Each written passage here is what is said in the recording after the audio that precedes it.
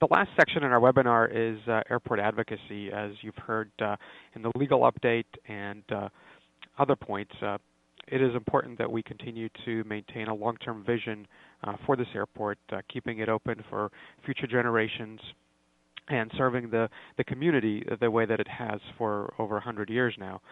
With us we have Christian Fry. Christian is the president of the Santa Monica Airport Association. He's an instrument-rated pilot and has a fascinating background. I'll let him tell you a little bit more about himself and talk about what the association is doing to take us into the future and preserve the airport for many more decades to come. Christian. So, thank you, Alex. My name is Christian Fry, and as he stated, I am the president of the Santa Monica Airport Association. And a couple of kind of cool pictures here. I'm an instrument-rated pilot. I fly a 1948 Aviation that was originally owned by my mother's father, my grandfather. Sold it in the 50s, and I tracked it down about 15 years ago from a guy in Tennessee. I learned to fly at the Santa Monica Airport. I'm also a documentary filmmaker. Some of you may have seen a film that I did for the giant screens in the IMAX world called Air Racers 3D about the National Championship Air Races in Reno. But I love aviation, I love my airport, and it's really wonderful to be a part of this webinar and help people understand the kind of new operational realities at SMO. The Santa Monica Airport Association is really the primary organization that's involved in preserving the Santa Monica Airport for future generations.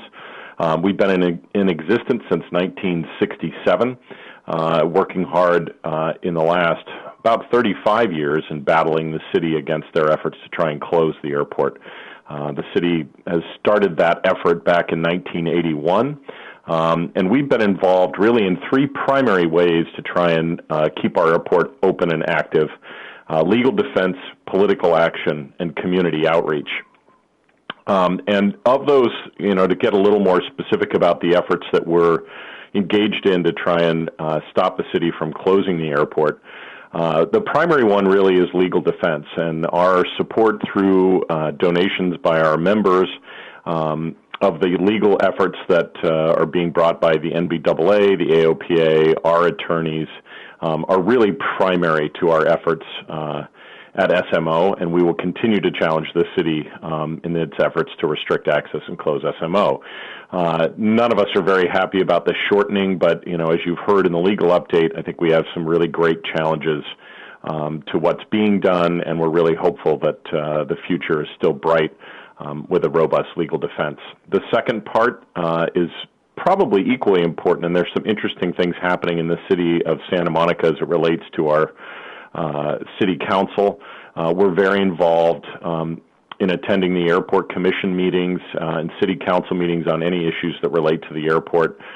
We do have some interesting things happening in our city, a change from at-large elections to districting, which could radically alter, or at least provide the opportunity to alter the makeup of our city council to include people that are more pro-business and pro-aviation. So we are very involved with our local Chamber of Commerce and trying to bring more awareness to the value of our airport. I think, as Joel noted in the legal update, it is important to remember that at the end of 2028, if all of this current legal situation stays, the city simply has the option to close the airport. So we're working to educate businesses and individuals in our city to see that the future of aviation is bright and the future of our city and its businesses is better served with an airport than without. So political action is a very important part of what we do at the SMAA. The third pillar of our work is community outreach, and this is pretty straightforward. We have a 99s chapter that's just kind of come back into being at the airport. We have a great and active EAA chapter, and then our airport association. We all work together to put together an event for the public every month. And last year we were successful in one event per month. In 2018 we will continue that. We do Young Eagle events. We'll do quarterly Young Eagle events this year, getting little kids in their first opportunity to sit in a flying airplane. We also do some stuff where we just bring static aircraft out and allow children of all ages just to climb into the cockpit. We've had great success with these events, and they will continue. We also do a lot of speaking engagements. We have I think it's about 12 homeowners associations, neighborhood associations in our city, and our board members get out and do public speaking engagements to reach out to the community and, again, to help educate them about the value of our municipal airport. So all of those efforts, I think, are continue to yield pretty phenomenal benefits, and we always need support. Our effort is 100% grassroots and funded totally by donation. So take an opportunity to visit our website at santamonicaAirport.info, and we can always use your support. One of the final things I just wanted to touch on briefly is an effort that we've been working on over the last year to create what's called a Disaster Airlift Response Team, or DART. We started pretty in-depth conversations with our local Red Cross office, and this is basically looking at the value of airports in a time of either natural or man-made disaster. So in our city's all hazards mitigation plan, the airport is, of course, listed as critical infrastructure. And what we've done with the Red Cross is we've created the opportunity to do some training exercises. As was mentioned with some of the earlier presenters, training, as we all know as aviators, is critical. To be able to have the airport serve its community effectively in a time of need, we need to have training programs so that we've practiced the things that would happen in the event of a disaster. So what we've done now twice last year was what we called the Blood Air Bridge, ferrying just boxes to represent blood plasma from outlying regional airports back into SMO. And these were really successful. So we did one at the beginning of the year, and then our last one was in just this last November.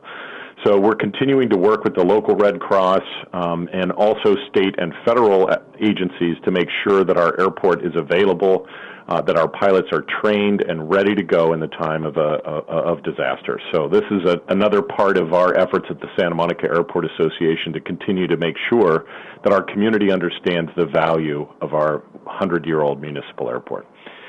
So that's it. I'll give it back to Alex. Thank you very much, Christian. Appreciate your joining us and sharing all the great work that Santa Monica Airport Association is doing. And of course, for those watching this webinar, if you're not near Santa Monica but you utilize the airport, you rely on the airport, your assistance and your support of the association is important. And the Santa Monica Airport Association has a national supporter category. If you'd like to donate any amount, we'll help them do all this great work that they're doing to promote the airport, to fight the city, and to preserve it for many generations. Any final thoughts? Liz had one quick thought. Okay, go ahead, Liz. With regards to operations at the airport, I wanted to mention that you also have the option of progressive taxi. If you're ever confused with these new runway markings or taxiway markings, stop and ask. Ground is going to be happy to help. It is a bit confusing, so you do have that last little tool in your pocket of progressive taxi. Thank you, Liz. That's a good point. The controllers in Santa Monica, I think, are exceptionally friendly, and it's a change for them as well, and everyone is working together and collaborating to make this work. They don't want to see the airport go or slow down. Correct. Thank you. Thank you. And with that, we appreciate your time and attention. Please submit your questions, and we'll look forward to seeing you in Santa Monica. Please operate safely.